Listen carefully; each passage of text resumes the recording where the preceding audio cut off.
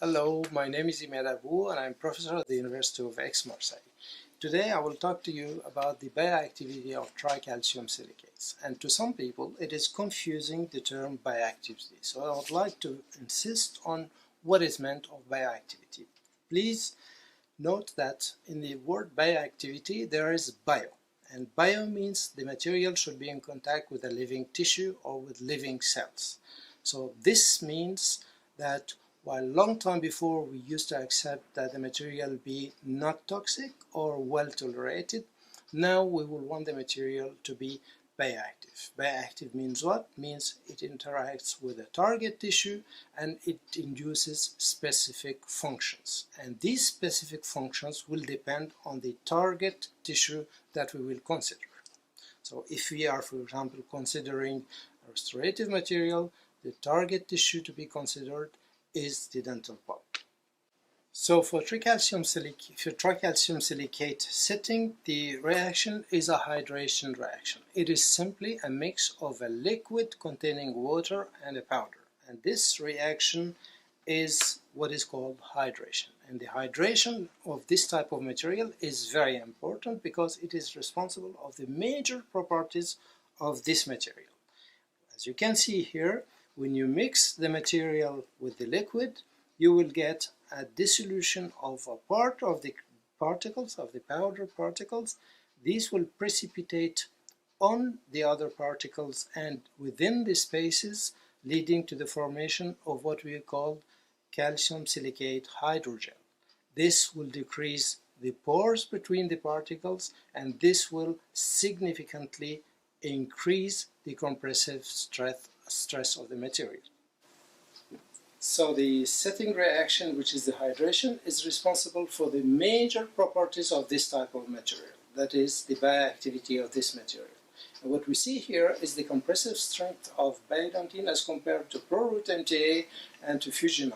And as you can notice, simply 1 hour after setting, the compressive strength is comparable to that of Fusion-9 and it is much higher, of course, to that of pro-root MTA. After 24 hours, it even exceeds that of Fusion-9. And most importantly, what you see here at the end is that after 28 days, the compressive strength of biodentin is equivalent to that of the natural dentin. And this is very important in clinic because this means that you can cut, shape, and reshape biodentin in the same way as you will do with dentin. And this information is very important because it means that you can apply biodentin as a bulk restorative material, even to replace the enamel, and afterwards you can reshape it and cover it with a composite resin material. The other important information to know about this setting reaction is the type of chemicals that are produced after setting. And the one you see in green, the hydroxyl ions, are responsible for the antibacterial activity of this material because it has an alkaline pH, and the other one that you see in red, calcium hydroxide, is responsible for the production of the dentin bridge because you know calcium hydroxide, when applied directly onto the pulp, it induces dentin bridge formation. So the alkaline pH, which is produced after setting, is responsible for the antibacterial effects of biodentin. And this is what you see here, where when you apply biodentin on different bacterial strains, you notice that there is an inhibition of the growth of all these bacteria, and this inhibition is much higher with biodentin than it is with MTA or glass ionomer cement. In the same way, when there is a decrease of this inflammation and the production of calcium hydroxide, this will lead to the production and the synthesis of dentin in the form of dentin bridge. This is what you see here in the human pulps after 6 months of pulp capping, and you notice that biodentin, in the same way as MTA, it reproduced a dentin bridge in 6 weeks. And when you evaluate the inflammatory reaction within the pulp, we notice that the hard tissue, first of all, is continuous in most of the cases, and at the same time we have very slight inflammatory reaction. So as you notice with these good properties of tricalcium silicates, as you notice that they are antibacterial, they have antibacterial activities, they can induce regeneration.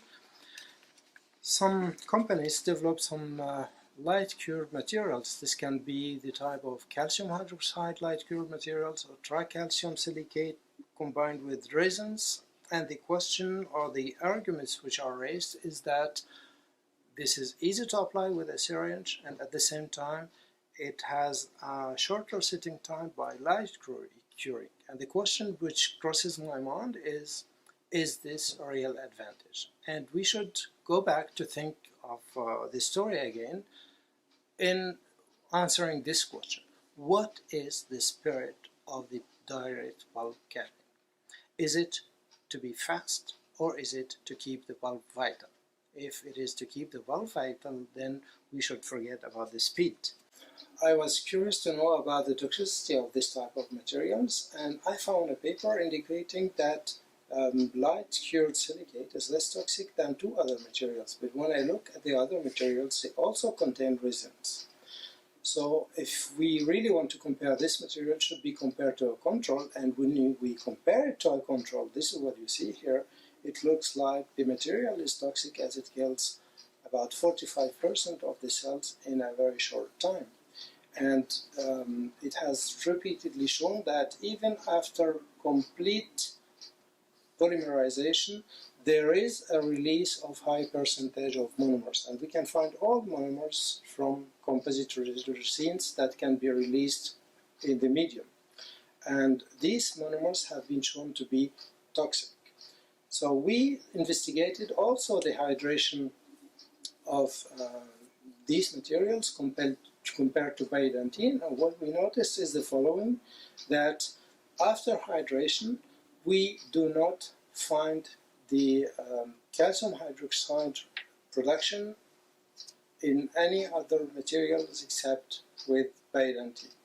So this is what you see with this X-ray diffraction analysis, and indicates that biodentine can induce dentin bridge formation due to the formation of calcium hydroxide, and no calcium hydroxide was released with the light cured tricalcium silicate.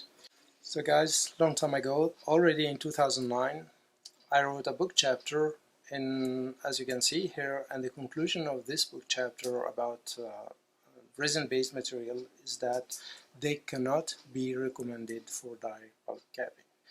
So when you have the choice and when you decide, please think it over, that you will need a bioactive material to keep the pulp vital, and if you use a resin-based material, there is a high risk that you will kill your pulp, and this is really not the spirit of the vital pulp therapy.